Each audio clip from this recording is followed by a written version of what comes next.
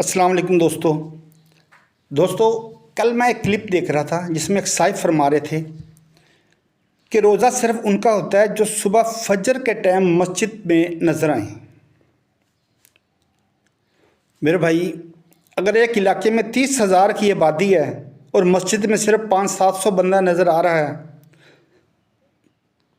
تو کیا باقی لوگوں کا روزہ نہیں ہوگا؟ کیا 29,000 بندے کا روزہ ہی کوئی نہیں ہوگا قبول ہوگا؟ بھائی میرے، جس نے روزہ رکھنے کی توفیق دی ہے نا، وہ ایک دن ایسا آئے گا کہ مسجد میں جانے کی بھی توفیق دے گا۔ ایک شخص تھا، 5 وقت کی نمازیں پڑھتا تھا، تہجد گزار تھا،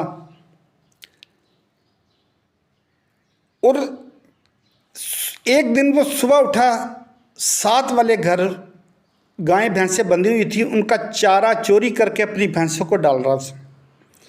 کسی شخص نے دیکھ لیا، نبی پاک صلی اللہ علیہ وسلم کے پاس گیا، یا رسول اللہ، وہ فلاں بندہ نمازیں بھی پڑھتا ہے، تہجد بھی پڑھتا ہے اور چوری بھی کرتا ہے، فلاں گھر سے اس نے بھینسوں کا چارہ چوری کیا اور اپنی بھینسوں کو ڈالا۔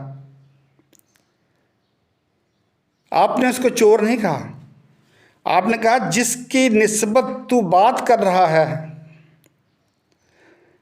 یہ جو نماز تہجد پڑھتا ہے نا اور نمازیں پڑھتا ہے، یہ اس کی اچھی عادت ہے، یہ اس کی اچھی عادت اس کی بری عادت کو ختم کر دے گی۔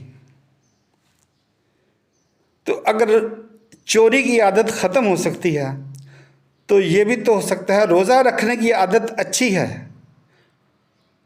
تو اللہ اس کو مسجد نہ جانے والی عادت ختم کر دے اور اسے ایک دن آئے اور مسجد تک لے جائے۔ تو میرے دوستو، اس لیے دین میں جو سی ہے بڑی اللہ تعالیٰ نے چھوٹ دی بھی ہے، اور اللہ پتہ نہیں کس طرف بندے کو لے جاتا ہے۔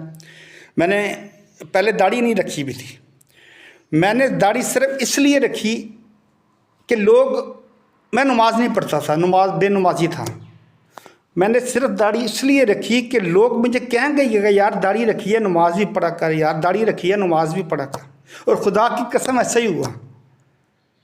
جب میں نے داڑھی رکھی تو کئی لوگوں نے کہا کہ یار داڑھی ماشاءاللہ رکھی ہے، سنت رسول رکھی ہے، تو یار نماز بھی پڑھا کرو، نماز بھی پڑھا کرو۔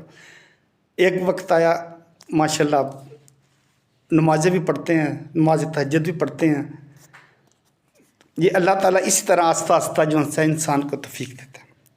شکریہ میرے دوستوں، لائک کرو،